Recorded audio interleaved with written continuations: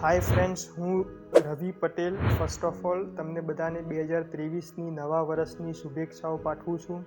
અને નવા વર્ષની સાથે એક નવા વિડીયો સાથે અને એક નવી ગુડ ન્યૂઝ સાથે આપણે આ વિડીયોની શરૂઆત કરીશું. દોસ્તો, ધીરુભાઈ અંબાણી કહેતા હતા કે સપનાઓ જુઓ, સપનાઓ પૂરા થાય છે. બહુ જ બધા લોકોના મારી ઉપર ફોન આવતા હતા કે રવિભાઈ, અમે લોકોએ નર્સિંગ કમ્પ્લીટ કરી લીધું છે, શું અમે દુબઈ આવી શકીએ છીએ? અત્યાર સુધી એક રૂલ્સ હતો કે અગર DHA એક્ઝામ લખવી હોય તો મિનિમમ 2 years એક્સપિરિયન્સ રિક્વાયર. 2 વર્ષનો એક્સપિરિયન્સ તમારી પાસે હોય ત્યારે જ તમે DHA એક્ઝામ માટે એલિજિબલ થઈ શકતા હતા. પણ હવે નવો રૂલ્સ આવી ગયો છે. એઝ પર DHA અગર તમે નર્સિંગ કમ્પ્લીટ કરી લીધું છે, BSc નર્સિંગ કે GNM નર્સિંગ, અગર તમારું કોર્સ કમ્પ્લીશન સર્ટિફિકેટ આવી ગયું છે તો તમે DHA એક્ઝામ લખવા માટે એલિજિબલ છો. હા, અગર ઓલરેડી તમારી પાસે 1 વર્ષનો એક્સપિરિયન્સ છે, 2 વર્ષનો એક્સપિરિયન્સ છે, તો તમે એક્સપિરિયન્સ સર્ટિફિકેટ ડેટા ફ્લોની અંદર રજૂઆત કરી શકો છો. અધરવાઇઝ કોઈ એક્સપિરિયન્સ સર્ટિફિકેટની રિક્વાયરમેન્ટ નથી. તો આ સૌથી મોટા ગુડ ન્યૂઝ છે. જે લોકોનું નર્સિંગ પતી ગયું છે રિસન્ટલી, એ લોકો પણ ફાઇલ મૂકી અને દુબઈ આવી શકે છે. સેકન્ડ, 1-2 પોઈન્ટ્સને મારે કવર કરવા છે આ વિડીયોના માધ્યમથી કે ફ્રિકવન્ટલી ક્વેશ્ચન છે. આપણે ગુજરાતીઓ, મને ખ્યાલ છે કે બધા જ ગુજરાતીઓનો એક સૌથી મોટો નેગેટિવ પોઈન્ટ છે કે ઇંગ્લિશની અંદર કાચા હોઈએ છીએ. બહુ જ બધા લોકોના ફોન આવે છે કે રવિભાઈ, અમારું ઇંગ્લિશ કાચું છે, શું અમે દુબઈ આવી શકીએ છીએ? બધું જ થઈ શકે, પણ ઇંગ્લિશના લીધે થઈને પાછા પડીએ છીએ. તો એવા મિત્રોને હું કહેવા માગું છું કે મિત્ર, દુબઈ આવવા માટે કોઈ ઇંગ્લિશની રિક્વાયરમેન્ટ નથી. પણ અગર તમે તમારું કેરિયર ઇન્ટરનેશનલ માર્કેટની અંદર બનાવવા જઈ રહ્યા હોય તો હું તમને સૂચન કરું છું કે તમે તમારી જાતને અપડેટ કરી અને પછી જાઓ, તો તમને એટલી તકલીફ ઓછી પડશે. કેમ કે અહીંયા તમે આવશો, ડૉક્ટર્સ બધા ઇન્ટરનેશનલ છે, જે બી પેશન્ટ છે, જેટલી બી કોમ્યુનિટી છે અહીંયા, 200 કન્ટ્રીના લોકો, અલગ અલગ લોકો વસે છે, એમની સાથે કન્વર્ઝેશન, કોમ્યુનિકેશન કરવા માટે એટલીસ્ટ તમને બેસિક ઇંગ્લિશ આવડવું જોઈએ. તમે કંઈક કહેવા માગો છો એ સામેવાળો વ્યક્તિ સમજી શકે, એ તમને કંઈક કહેવા માગે છે એ તમે સમજી શકો. એટલીસ્ટ એટલું ઇંગ્લિશ આવડતું હોય તો પણ ઇનફ છે. જો તમને ઇંગ્લિશ આવડતું હશે તો તમે કોન્ફિડન્ટલી સામેવાળી વ્યક્તિ સાથે વાત કરી શકશો.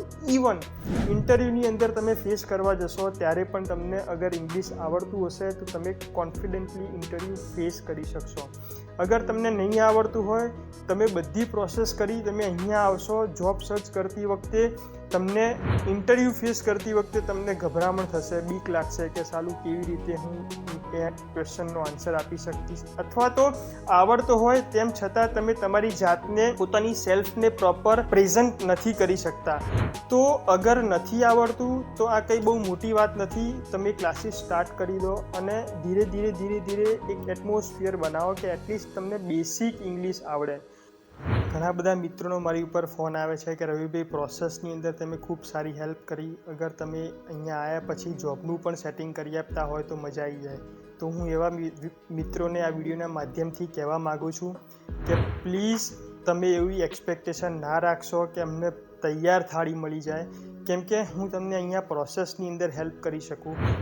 મને એકચ્યુઅલી નથી ખબર કે તમારી પાસે એજ્યુકેશન સ્કિલ કેટલી છે, તમારી પાસે કોન્ફિડન્સ કેટલો છે, ઇંગ્લિશ સ્કિલ કેટલી છે, તો હું તમને ના કહી શકું. અને બીજી વસ્તુ કે આજે તમે એક કન્ટ્રી છોડીને બીજી કન્ટ્રીની અંદર મૂવ કરી રહ્યા છો, એ પણ મેડિકલ સેક્ટરની અંદર જઈ રહ્યા છો, તો અહીંયા એકદમ ટ્રાન્સપરન્ટ પોલિસી છે. અહીંયા સિમ્પલ છે, તમે એલિજિબિલિટી લેટર લઈને આવો છો, તમારું જે રિઝ્યુમ છે એને અપડેટ કરી અને જે તે કંપનીઓ છે અહીંયા અવેલેબલ, જે તે હોસ્પિટલો છે મોટી, એના HRના મેલ ID ઉપર તમારે સેન્ડ કરવાનું છે. એ લોકોને રિક્વાયરમેન્ટ હોય તો એ તમને બોલાવી અને ઇન્ટરવ્યૂ અરેન્જ કરે છે અને જોબ લાગી જાય છે. સિમ્પલ એકદમ પ્રોસેસ છે, ક્યાંય કોઈ કોમ્પ્લિકેશન નથી. તમે લોકો જાતે કોમ્પ્લિકેશન ક્રિએટ કરો છો. માર્કેટની અંદર બહુ બધા એજન્ટ છે કે જે લોકો એવું કહે છે કે તમે અમને એક સેલરી આપો, હું તમને જોબ લગાવી આપીશ. એ લોકો શું કરશે? સેમ પ્રોસેસ તમે જે કરો છો એ જ પ્રોસેસ એ લોકો કરશે. 15 જગ્યાએ એચઆરની અંદર તમારું રિઝ્યુમ સેન્ડ કરશે, 5 જગ્યાએથી મેલ આવશે, એ લોકો તમને બોલાવશે અને ત્યાં આગળ તમારું અગેન ઇન્ટરવ્યૂ થશે. ઇન્ટરવ્યૂ થઈને તમને સિલેક્શન થશે અને એ તમારી એક સેલેરી લઈ લેશે. તો એવા કોઈ ચક્કરની અંદર પડવાની જરૂર નથી. હું તમને વિનંતી કરું છું કે કોઈ એજન્ટના ચક્કરમાં ના પડશો. અહીંયા ખૂબ ફ્રોડ થઈ રહ્યા છે. કોઈને એડવાન્સ પૈસા આપવાની જરૂર નથી. તો આ વિડીયોના માધ્યમથી તમે સમજી શક્યા હશો હું શું કહેવા માગું છું. પ્લીઝ અહીંયા આવો, મહેનત કરો. તમારા મહેનતનું તમને મળવાનું જ છે, ક્યાંય જવાનું નથી. ખોટા શોર્ટકટ ના અપનાવશો, ઉપરથી હેરાન થશો.